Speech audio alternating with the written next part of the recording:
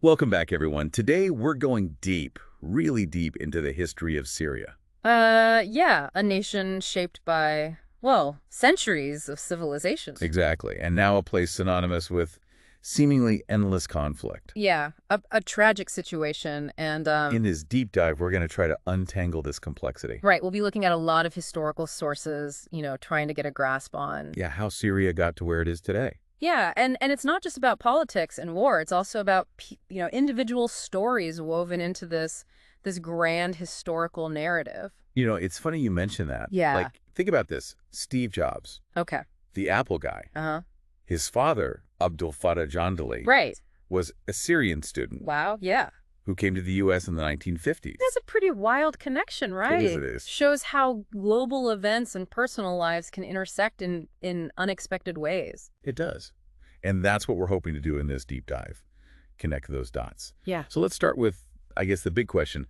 How did the Assad family come to dominate Syrian politics for so long, like over half a century? Yeah, a dynasty, really. It is. Well, I think to understand that, we got to rewind the clock a bit. Okay. Go back to the aftermath of World War II. Okay. The Middle East, post-war was a cauldron of change. Yeah, colonialism was on its way out. Right. Lots of new nations emerging. But a lot of those fledgling states experienced a ton of regime changes, coups, instability. Yeah, exactly. But Syria, under the Assads, they kind of bucked that trend. They managed to hold on to power through it all. Yeah, remarkable. And it all started with Hafez al-Assad. The father, right. Yeah, he was a fascinating figure. Born in 1932, a poor Alawite family, And the Alawites are a minority sect of Shia Islam. in a predominantly Sunni country. Yeah. And from a young age, he was really drawn to the idea of Arab nationalism. Which was gaining a lot of momentum at the time. Right, a vision of a unified Arab world, free from foreign influence. And this was all happening as the Ottoman Empire was crumbling. Exactly. The whole region was in flux. I remember learning about the Sykes-Picot Agreement. Yeah, the secret deal between Britain and France to carve up the Ottoman territories. It's like they just sat down with a map. And redrew the borders, without much regard for the people who actually lived there. Talk about unintended consequences, right? Yeah. I mean, that agreement created so many problems. Artificial borders that divided communities, Yeah. ethnic and sectarian tensions. It's like they sowed the seeds of future conflict. Exactly. So you have these independent Arab states emerging, but they're plagued by instability, internal divisions, and of course, foreign interference. It sounds like a recipe for disaster. It kind of was. So how did Hafez al-Assad navigate this volatile landscape? Well, he was a shrewd political operator. He joined the Ba'ath Party, which was this blend of Arab nationalism and socialist ideals. Okay. And they were gaining popularity across the Arab world. Right. And he rose through the ranks pretty quickly. And in 1970, well, he seized power in a coup. So he was a military man. Yeah, he had a military background, and his Alawite identity, it plays a crucial role in his rise to power. How so? Well, remember, Syria's predominantly Sunni, so he strategically placed Alawites in key positions within the government and the military, built up a loyal power base. Interesting. But that must have created resentment among the majority Sunni population. Absolutely. Groups like the Muslim Brotherhood, who wanted an Islamic state, they strongly opposed Assad's secular policies. And they saw him as, well, a threat. And this tension would initially explode into violence, right? With the Hama massacre in 1982. Yeah, a truly dark chapter in Syrian history. It was a brutal crackdown on an uprising by the Muslim Brotherhood. Right. Tens of thousands of people were killed. Yeah, the city was devastated. It was a chilling display of the regime's ruthlessness. It's almost hard to fathom the scale of the violence and the impact it had on Syrian society. Well, yeah, I mean, it silenced dissent for a time. But it also created this deep well of resentment. Exactly. Resentment that would, fester for years to come. And it wasn't just external threats like the Muslim Brotherhood that Hafez al-Assad had to deal with. He also had problems brewing within his own family. Right. In 1983, he fell seriously ill. Okay. And his brother, Rifat, saw an opportunity to seize power. Wow. Rifat commanded the elite defense companies, these heavily armed units. Oh, so he had a lot of power at his disposal. Yeah, he positioned his troops in Damascus, ready to take over if his brother, didn't make it. So while Syria was facing all these external pressures, there was a power struggle unfolding at the very top. Yeah, talk about a tense situation. Talk about a family drama. And Rafat, he was ruthless. I mean, he played a key role in the Hama massacre. Right, so people were terrified of what his rule might look like. But Hafez al-Assad recovered. He did, against all odds. And what happened then? He moved quickly to neutralize his brother, stripped him of his command, and eventually forced him into exile. So he survived both internal and external challenges. He did. But how was the Syrian economy doing during all this? Not great. I mean, maintaining a vast security apparatus is expensive. Right. Plus declining oil revenues Oh. and sanctions from the West. Yeah. It all took a heavy toll on the economy. And then there was Syria's involvement in the Lebanese civil war, another drain on resources. Let's talk about Lebanon. What were Hafez al-Assad's goals there? Well, he had this vision of a greater Syria. Okay. And Lebanon, with its historical ties to Syria and its significant Alawite population, he saw it as a key part of that vision. He wanted to bring Lebanon under Syrian control. Essentially, yeah. He believed that Syria had a right to exert influence over Lebanon. So Syria got entangled in the Lebanese civil war, which was, well, incredibly complex and brutal. Yeah, it lasted for 15 years. Yeah. A tangled web of shifting alliances, sectarian violence, foreign intervention. And Hafez al-Assad was trying to play all sides. Right, supporting different factions at different times, trying to advance Syria's interests. It seems like a dangerous game. It was. I mean, the Beirut massacre in 1982, where hundreds of Palestinian civilians were killed, that really damaged Syria's international reputation. Yeah, it was a PR disaster, and it further fueled instability in the region. So through it all, Hafez al-Assad was grooming his son, Basil, to take over. Yeah, Basil was the heir apparent. Charismatic, ambitious, had a strong military background. But then in 1994, tragedy struck. The car accident. Basil was killed. Yeah. That must have been a devastating blow for the family. And for the regime. And it forced Hafez al-Assad to turn to his second son, Bashar. Right, a very different figure. A doctor, trained in the West, married to a British Syrian woman named Asma. Yeah. He was seen as, well, more of a reformer, less of a hardliner. More moderate, perhaps. But he would inherit a nation facing immense challenges. The Cold War was over, the Soviet Union had collapsed, and Syria was isolated on the world stage. And the Arab world itself was increasingly fragmented. Yeah.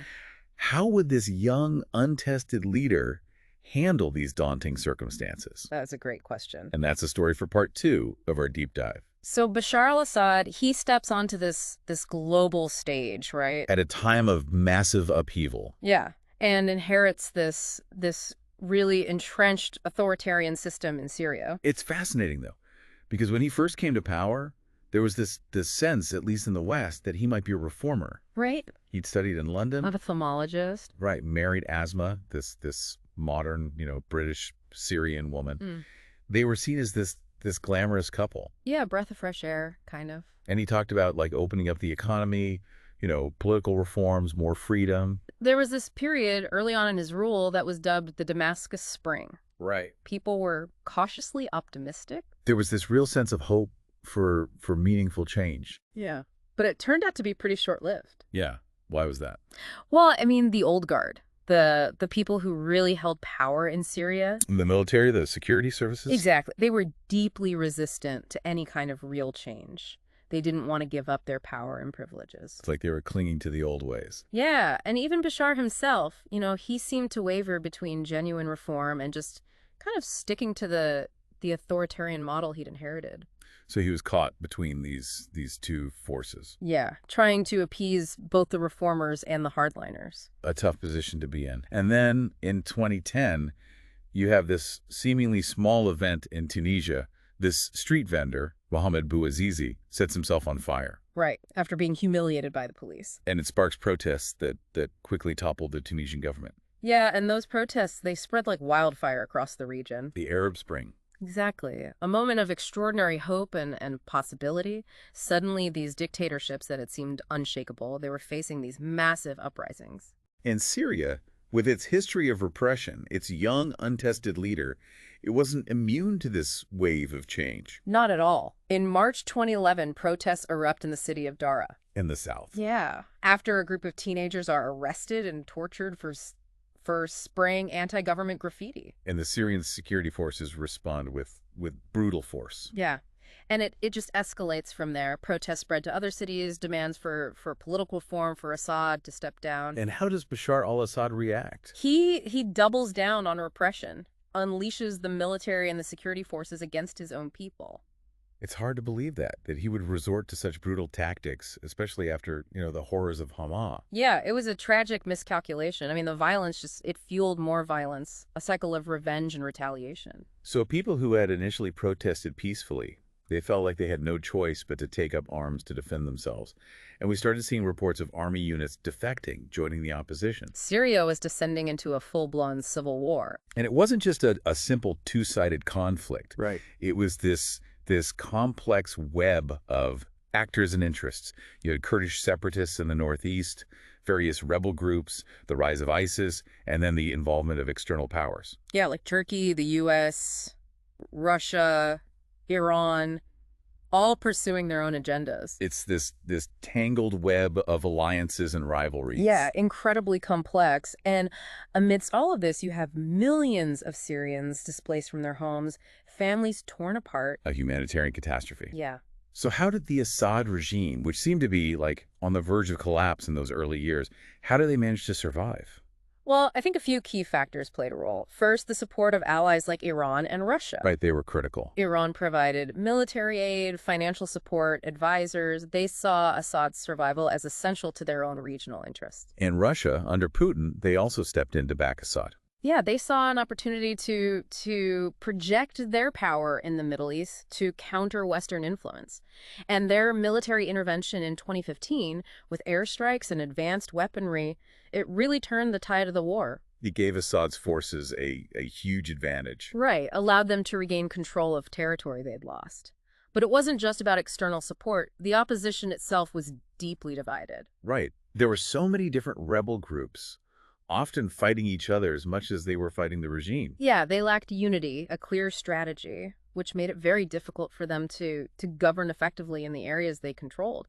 And that played right into Assad's hands. And then you had the emergence of ISIS, which just added another layer of complexity and brutality to this conflict. Yeah, a horrific development. This extremist group, coming out of the chaos of the Iraq War, they seized vast swaths of territory in both Syria and Iraq, Imposing their reign of terror. And while the fight against ISIS was, obviously necessary, Absolutely. it also, in a way, ended up benefiting Assad. Because the U.S. focused on defeating ISIS, they ended up supporting Kurdish forces in northern Syria. Ah, I see what you're saying. And that alienated Turkey, a NATO ally who was backing the Syrian opposition. Yeah, talk about unintended consequences, right? It's like the U.S. got caught between these competing priorities. Wanting to see Assad go, but also having to deal with the threat of ISIS. And in the process, it created this space for Russia and Iran to increase their influence. Yeah.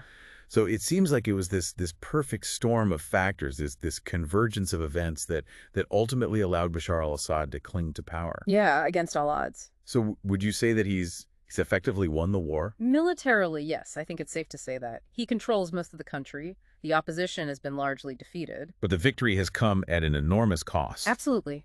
Syria is in ruins. Cities destroyed, millions displaced, a whole generation traumatized by war. Yeah, and the economy shattered.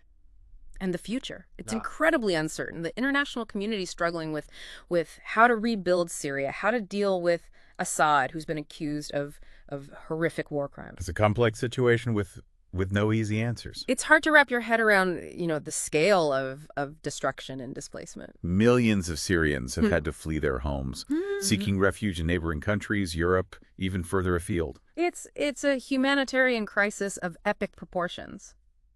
And the human cost. It's just staggering. I mean, beyond the immediate suffering, you have the long-term impact on Syrian society, trauma, loss of education, families broken apart, cultural heritage destroyed. It's a wound that'll take generations to heal. It's a stark reminder that war's consequences go way beyond the battlefield. Absolutely. But amidst all this devastation, we've also seen these incredible stories of resilience. Yeah. Like doctors and nurses risking their lives to treat the wounded, teachers setting up these makeshift schools and refugee camps, artists using their creativity to express their pain and hope.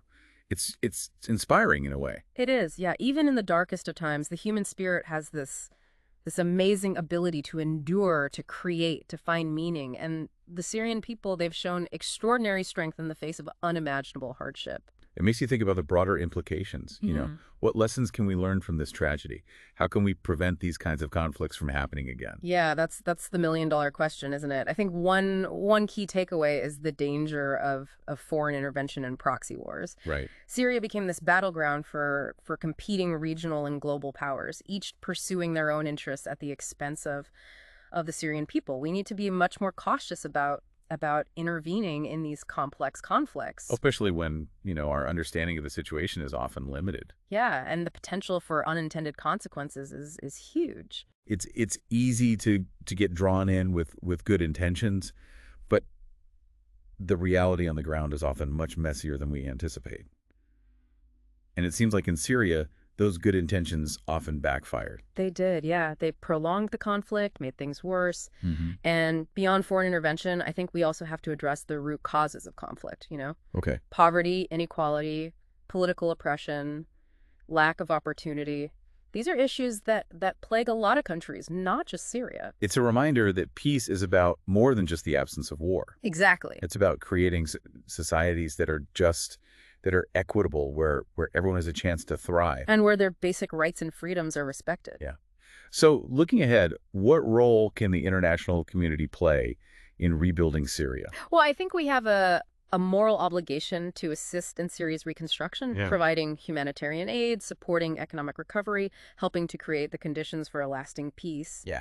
But it also means holding those responsible for war crimes accountable. There has to be justice. Yeah, there can't be genuine reconciliation without it. It's a long road ahead, and it's important that we don't turn away from the suffering of the Syrian people. Absolutely. So what do you see as the biggest challenge moving forward? What's the future hold for Syria? Well, I think the future is still very much uncertain. The country is deeply divided, and the economy is in ruins. The scars of war run very deep.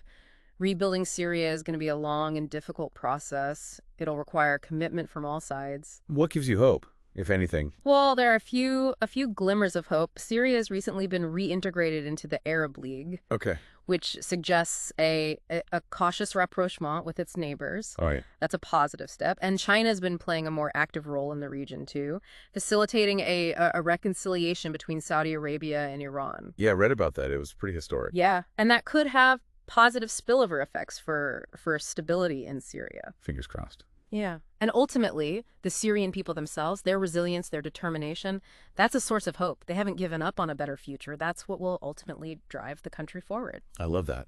I'm struck by, despite all the suffering, all the setbacks, there's still that flicker of hope.